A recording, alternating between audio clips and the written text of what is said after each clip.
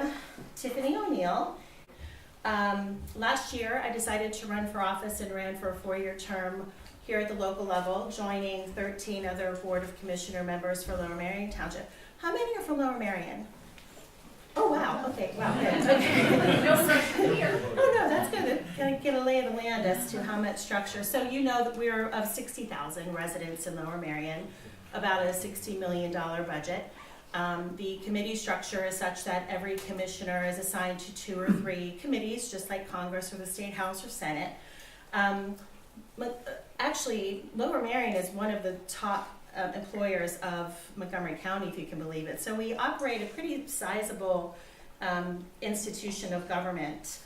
We as commissioners work locally with churches, other nonprofits. We work with our civic associations, our business associations, and through all these we develop policy for those of us who live here or work here. So we've had the conversations with regard to Commonweal being a word, Commonwealth, state, and then ultimately civic engagement. And Commonwealth is different from Commonweal. They're not quite the same. Commonweal is older and deals with the welfare of the public, whereas Commonwealth just deals with the public good. And they're actually defined differently. A state, just FYI, is a geographic region with a government structure. No mention of welfare or public good, which I think is very interesting. So the civic engagement piece, this is sort of a newer named phenomenon, and the APA technically says it's a collective action affecting public decisions.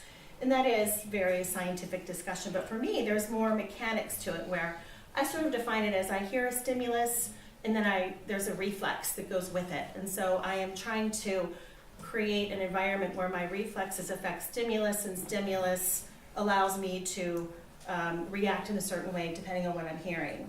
And then these behaviors are passed from generation to generation.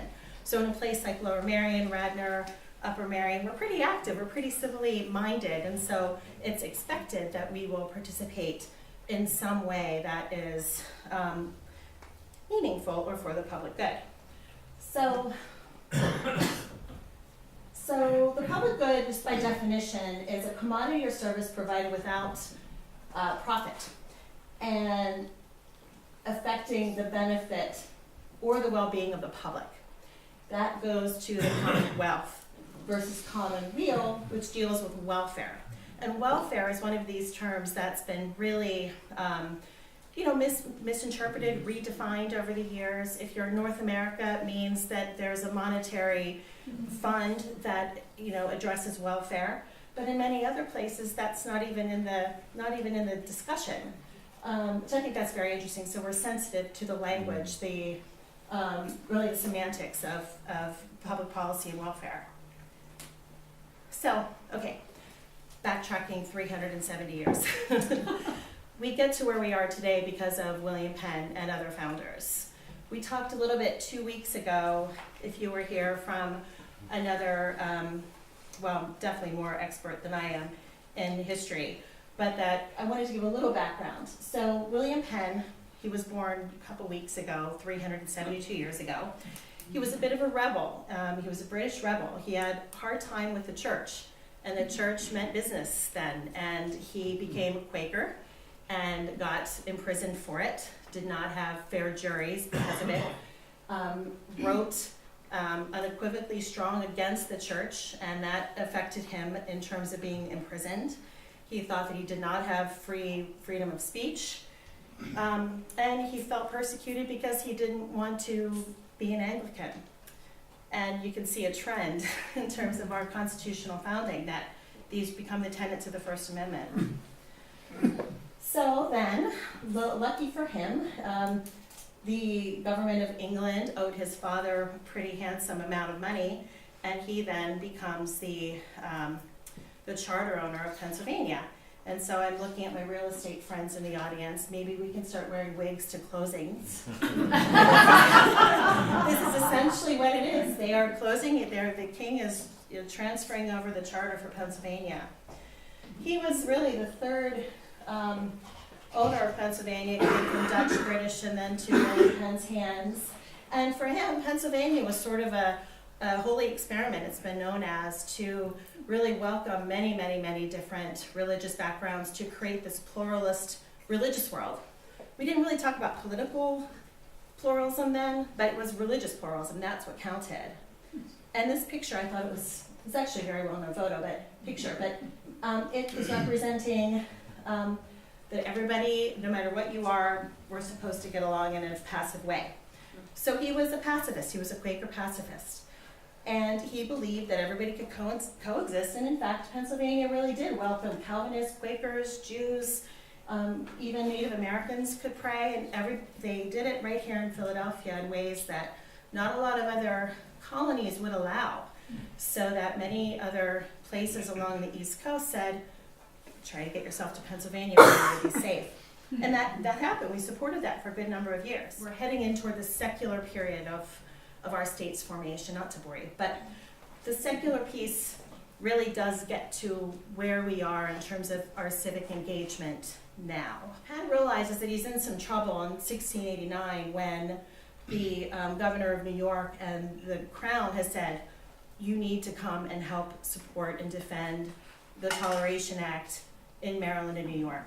Penn refuses. No way, not having it. He's a pacifist, he's a Quaker, not going to happen. And he realized that some of his allegiances and some of his vision, it wasn't catching on as quickly as he had hoped. So the king takes over, establishes different sort of assemblies, which now actually is the Commonwealth of Pennsylvania House of Representatives and the Senate. It's a direct correlation. And then finally in 1701, he's sort of saying, I gotta give it up. It's not quite working. So we're heading into this period of not religious-based government, Commonwealth, but to more of a structure, a government structure that simply tolerates religion. He has to give it up. Meanwhile, he was in England. He spent a lot of time in England, not here, during that period. He was there for 15 years. Yeah, it's a long time. So he sort of came up with this frame of government, and essentially it sort of it was trying to find a parameter upon which to define religion and how to define government in Pennsylvania. And I'm not going to go through them, but you see over the course of 20 years, there's a series of failed attempts to create a structure that would be more jointly religious and secular blind.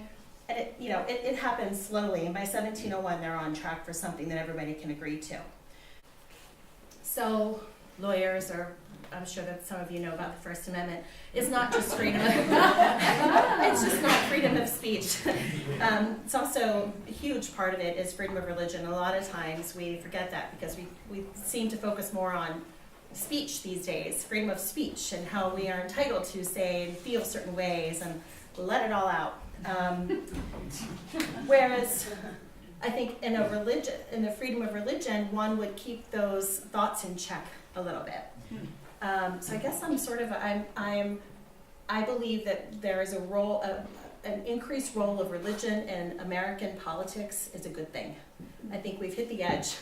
I think we need to kind of scale it back to keep everybody reminded of where our roots are.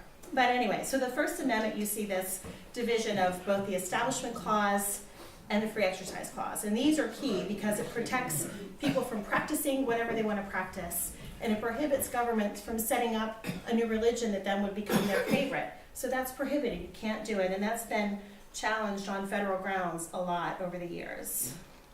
And currently, we're dealing with, actually just a couple months ago, with respect to secularism in the House. So the state Senate permits, if you're not an ordained minister, you can give the invocation to open the Senate, a prayer. The state House refuses. If you are not an ordained minister or rabbi, not going to happen. So a group of atheists have gotten together and they've sued the Pennsylvania House of Representatives, as they filed in August, to say we deserve the right under the religious clause to offer the invocation. So I'll let you know how that turns out, but I'm very curious because it really is, it's an intersection. This still happens that, people do want this religious connection, and I kind of like that, but it's up to the courts. Tiffany, isn't atheism legally defined as a religion? That's part of their argument. Yeah. kind of like the intellectual design in Delaware in 2005, in Dover, Pennsylvania, where they said intelligent design is creationism, therefore allowed to be taught in schools. So yeah, no, it's yeah, really. So leaving the secular, I think I've established the place and time that we are secular Pennsylvania, for better or worse.